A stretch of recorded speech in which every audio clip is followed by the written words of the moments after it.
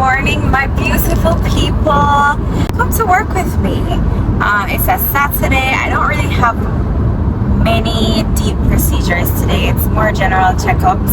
I'm a veterinarian and we are a mobile service at Island Mobile Vets in Jamaica. We go around the country and provide services for animals. So today we are going to be in St. Catherine. Sometimes we do go, so we go to Portland, we go to St. Thomas, we go to Manchester, Clarendon. So we do go all over. The other day we were in Montego Bay.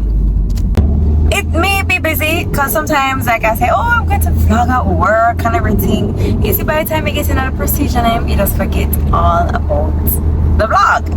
So hopefully I can keep consistent.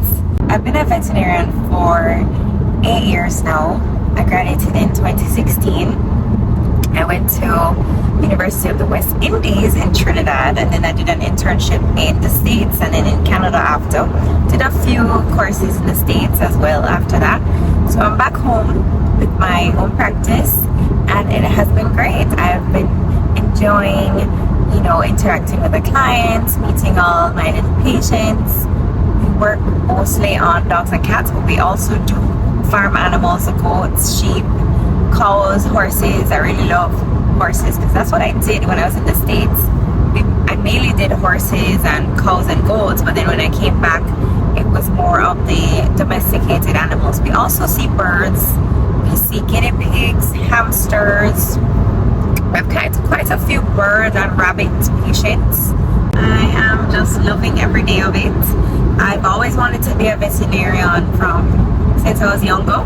It was a dream. I grew up with animals, so it's something where I think it automatically comes on you when you have experiences with your pets. You work with your, you know, I had my dad. He used to dress the cuts and you know, help treat animals. So that was like inspiring to me. And then ever since I just saw myself doing that and nothing else. So got into it. I applied for vet school when I was in high school actually.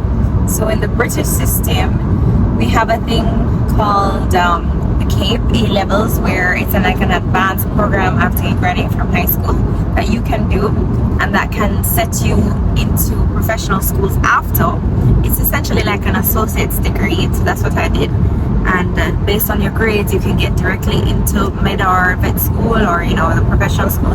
Or if you're going through the American system, you may have to do a first degree, then go into vet school. But I went in very young.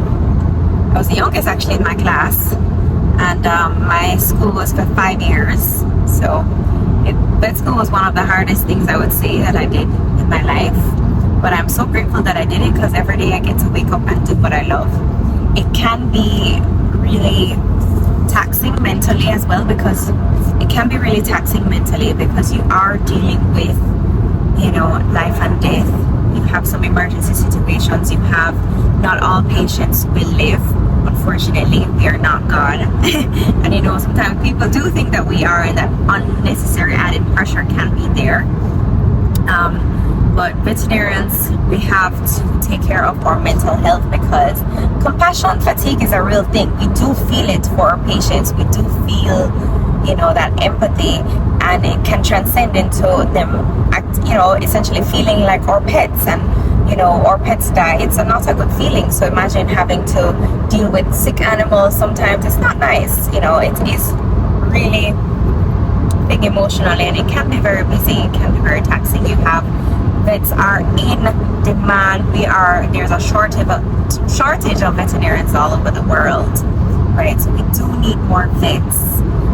There are a limited number of vet schools in the world, and they take a few students per year, so you know that are limited. So we do need more vets to cover, and I do try to cover a wide area of the country, but you know, it can be a bit difficult sometimes on the body, because we are traveling. It's not like we're stationary, so it can be quite a lot.